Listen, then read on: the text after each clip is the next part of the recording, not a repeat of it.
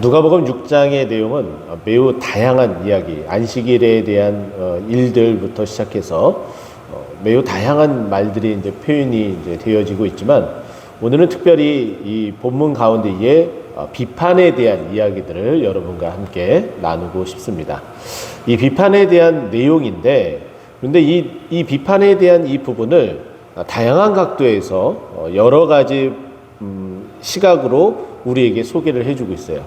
가령 이제 맨 처음에 얘기했던 것처럼 비판을 하는 것에 대한 부분을 맹인으로서 비유를 해주고 있고, 그리고 또 두 번째는 제자와 스승에 대한 어떤 부분으로 말을 하고, 또 눈에 티를 볼 수 있느냐 아니면 그 티를 빼느냐, 남의 눈에 들보는 보면서 남의 눈에 티는 보면서 자신의 눈에 들보는 보지 못하는 어떤 그런 부분들에 대해서 이야기를 하고, 마지막 부분에 들어가서는 열매로서 그 비판에 대한 이야기를 해주고 있습니다. 그러면 전체적인 내용은 비판하지 말아라 라는 이야기를 이제 하고 있지만, 그렇다면은 이 여러 가지 이야기들을 통해서 왜 이제 비판이 매우 위험한 어떤 부분들인지에 대해서 우리에게 설명을 해줍니다. 자, 먼저는 이제 맹인에 대해서 비유를 해주고 있는데요. 여기 보면은 맹인이 맹인을 인도할 수 있느냐, 둘이 다 구덩이에 빠진다라고 이야기를 해요. 무비판적인 어떤 그런 부분과 항상 비판을 하는 그런 부분과는 차이가 분명히 있습니다. 우리는 여러 가지 생각을 해볼 때에 비판에 대해서 그냥 단순히 누구를 비방하고 깎아내리기 위한 비판과, 그리고 대안이 있고 발전이 있는 어떤 그런 비판과는 매우 상당한 차이가 있습니다. 어떤 차이가 있는지 저는 이렇게 생각을 하는데요. 그것에는 사랑이 있다라고 저는 여겨집니다.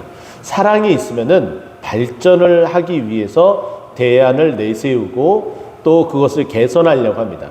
가령 예를 들자면 우리가 자녀를 사랑하죠. 그러면 자녀들이 가지고 있는 잘못된 습관들이 있다면은 그 습관을 고치기 위해서 찝어냅니다.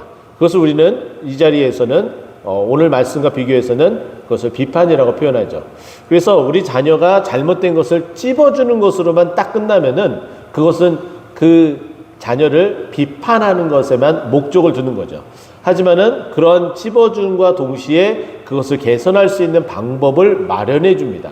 그리고 이야기를 해주죠. 그리고 제안을 합니다.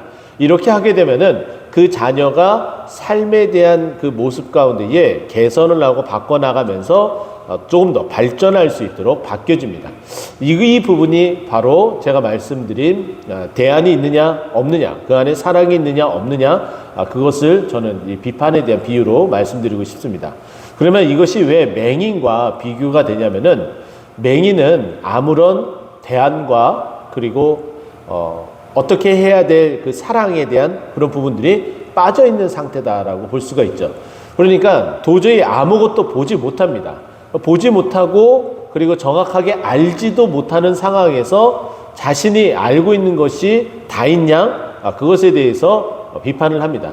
마치 맹인이 한 번도 코끼리를 보지 못했는데 손으로 코끼리 다리를 만져보고 이것이 코끼리다 라고 얘기하면서 코끼리는 너무 길쭉해 라고 이야기하는 것과 똑같다라는 거죠. 다리 일부분만 이제 만졌는데 다리가 좀 길쭉하게 되어져 있으니까는 코끼리를 만지면서 코끼리는 길쭉해 라고 이야기를 합니다. 그러나 코끼리, 우리가 알고 있는 코끼리는 길쭉한가요? 전혀 길쭉하지 않죠. 그런데 그 코끼리가 길쭉하다는 말과 함께 옆에 있는 맹인에게도 똑같은 정보를 제공해서 똑같이 코끼리가 길쭉하다는 그 말을 머릿속에 인지하게 되고 그것을 담게 됩니다. 이것은 매우 위험한 일이죠. 그래서 맹인이 맹인을 인도하게 되면은 오늘 말씀에 있는 것처럼 둘이 다 구덩이에 빠지게 됩니다. 그러니까 우리가 모두 다 똑같이 대안 없는, 사랑 없는 비판을 하게 되면은 똑같이 구렁텅이에 빠지게 된다라고 말씀하는 것과 똑같다라는 거죠. 그리고 두 번째는 제자가 그 선생보다 높지 못하다라고 이야기를 해요. 아무리 제자가 똑똑하다 할더라도 그 선생에게 있어서 이 선생은 이래, 이 선생은 저래 라고 비판을 하는 일들이 많습니다. 그런데 그거는 굉장히 큰 오산이죠.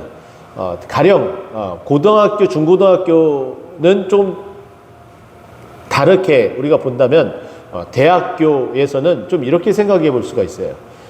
대학 교수가 되려면은 최소한 그 부분에 있어서 최고의 전문가라든지 아니면 그 분야에서 학위를 취득한 사람, 그리고 전문성을 띈 사람, 학위를 취득하고 또 이제 나라에서 인정받은 사람, 그와 같은 사람이 선생이 됩니다. 그러나 반면에 제자는 어떻습니까? 그 과정을 밟아가는 사람이고 거기에 학위가 없고 그리고 전문성도 없습니다. 그런데 제자가 나는 정말 많이 알아 스스로 자위하면서 어떻게 해요?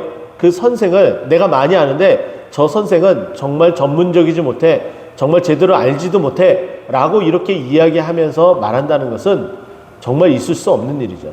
그렇게 되면은 오히려 그 제자가 학위가 있는 그 교사보다 선생보다 더 뛰어나다고 어느 누가 말할 수 있겠습니까? 도저히 있을 수 없는 일이죠. 그렇기 때문에 제자가 그 선생보다 도저히 뛰어넘을 수 없는 부분이다. 뛰어넘게 되면 최소한의 그와 같은 선생과 같은 동등 학위 이상에 대해야지 될 수가 있다라고 말하는 것이고, 그리고 선생보다 더 이상 높지 못한다. 그래서 선생에 대한 비판을 하는 것은 매우 부적절하죠. 근데 이 모습은 예수님이 공생의 사역을 할 때 예수님의 신분의 위치가 있습니다.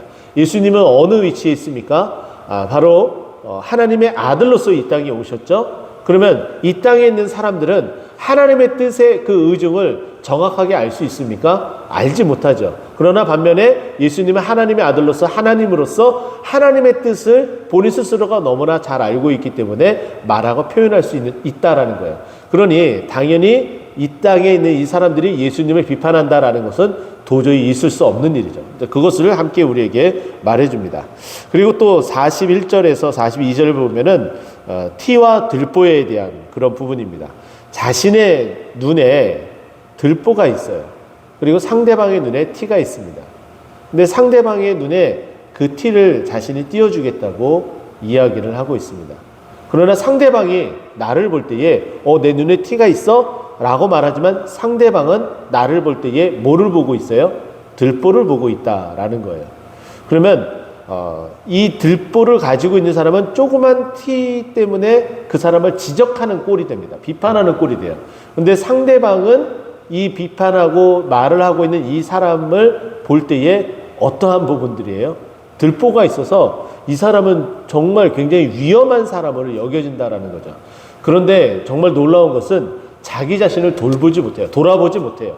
자기 자신이 지금 현재 어떠한 위치에 있고 자신이 알고 있는 것이 도대체 무엇인지도 모르는 상태에서 자신이 알고 있는 것이 대단한 양, 마치 큰 것을 아는 양, 들보에 대해서 생각하지 않고 그렇게 자신이 알고 있는 것으로 상대방을 비판하기 일수다라는 거죠. 그래서 우리는 늘 겸손해야 됩니다. 자신이 알고 있는 것이 전부가 아니라는 것을 늘 인지를 하고 늘 겸손하게 하나님 앞에 다른 사람의 어떤 모습보다는 나 자신을 늘 말씀 앞에 비추며 하나님의 은혜 안에 살아갈 것에 대한 그런 기대감과 그와 같은 삶을 살기 위해서 노력을 해야 된다라는 것이죠. 그리고 이제 마지막에는 열매로 이 비판에 대한 이유를 하고 있습니다. 비판하는 사람들의 모습을 보게 되면은 아까 말씀드렸던 것처럼 거의 대안이 없는 경우들이 대다수입니다.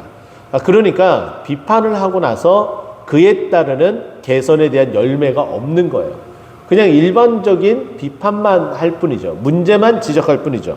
오늘 본문 말씀 보게 되면은 못된 열매 맺는 좋은 나무가 없다.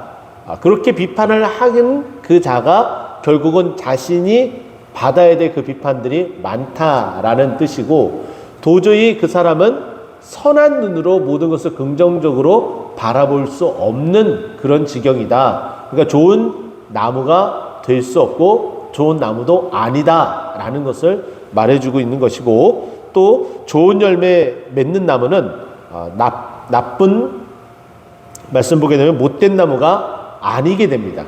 이런 경우죠. 우리 안에 이런 사람이 있습니다. 항상 시니컬하게 뭐 안 되고 어쩌고 저쩌고 하면서도 끝끝내 교회를 사랑해서 남아있고 헌신하고 또 따르고 노력하고 순종하고 이와 같은 분들이 있어요. 그런 분들은 결국은 그분을 통해서 하나님이 뭘 맺혀주고 있는 거예요? 열매, 좋은 열매를 맺혀지고 있는 거죠. 근데 그와 같은 좋은 열매를 맺혀지는 분은 그 마음 가운데 이 무엇이 가장 가득하게 있는 거예요? 사랑이 가득하게 있는 거예요. 그렇기 때문에 그분은 나쁜 못된 나무다라고 여겨질 수 없는 거예요. 마치 겉으로 보기에는 항상 어떠한 불평불만을 막 쏟아내기 때문에 못된 나무처럼 보이지만은 그러나 결코 그렇지 않다라는 거예요. 늘 교회를 사랑하기 때문에 비판을 하지만은 이렇게 할 것에 대해서 마음을 또한 쏟아놓고 또 좋은 대안이 있으면 그것에 따라 또 순종하고 또 한 걸음씩 함께 전진해 나가는 또 헌신하는 그런 마음이 있기 때문에 이분은 늘 좋은 나무이기 때문에 좋은 열매를 맺는다라는 거죠. 그래서 44절에 보면은 각각 그 열매로 그 나무가 어떠한지 아는데 가시나무에서 무화과를 맺을 수 없고 또 찔레에서 포도를 따지 못하게 됩니다. 포도나무에서 포도를 따게 되고 무화과 나무에서 무화과를 낳게 되며 가시나무에서는 아무런 열매를 맺지 못하고 가시만 있게 되며 그리고 찔레에서는 찔레만 얻을 뿐이지 포도나 무화과의 열매를 결코 맺을 수 없음을 이야기를 합니다. 그렇기 때문에 이제 결론적으로 45절에 이렇게 이야기를 하죠. 선한 사람은 마음에 쌓은 선에서 선을 내고 악한 자는 쌓은 악에서 악을 낸다라고 이야기를 해요. 자, 그러면 이렇게 정리를 해볼 수가 있죠. 비판적인 사람은 늘 비판을 쌓아옵니다. 아무런 사랑도 없이 아무런 대안도 없이 비판을 쌓아가게 돼요. 그러면 그 사람이 나오는 것은 결국은 뭐가 되는 거예요? 비판만 나오게 된다라는 거죠. 근데 이렇게 비판만 나오는 것은 하나님이 원하시는 일들이 아니라는 거예요. 우리가 이 말씀을 통해 하나님이 원하시는 것은 무엇이냐면은 우리 마음 가운데 계속 교회를 사랑하고 또 주님 앞에 나아가기를 소망하는 마음으로 무엇을 계속 쌓아야 되는 거예요?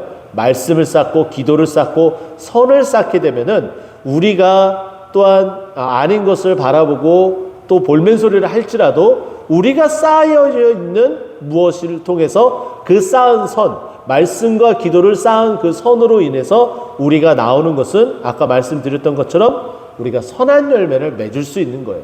그래서 이 마지막에 뭐라고 이야기합니까? 마음에 가득한 것이 입 밖으로 표출하게 된다라고 말씀합니다. 오늘 이 새벽에 주님 앞에 나왔습니다. 그러면 하나님 앞에 선한 그것을 쌓고 그것이 가득해서 우리의 입 밖으로 표출되는 모든 것들이 하나님을 높이고 또 하나님을 찬송하고 교회를 또한 부흥케 하기 위하여 헌신하는 그런 입술이 되기를 간절히 소망합니다. 우리가 쌓는 것이 무엇이냐에 따라서 우리 입 밖으로 우리의 몸 밖으로 표출되는 것이 결정되어지는데 기도와 함께 말씀과 함께 하나님의 선을 쌓아 우리가 표출되고 나타나는 모든 것들이 쌓은 그 선으로 표출되어 하나님 나라와 영광 또 교회의 부흥을 위해서 헌신하는 우리 모두가 되기를 간절히 축원드립니다. 기도하겠습니다.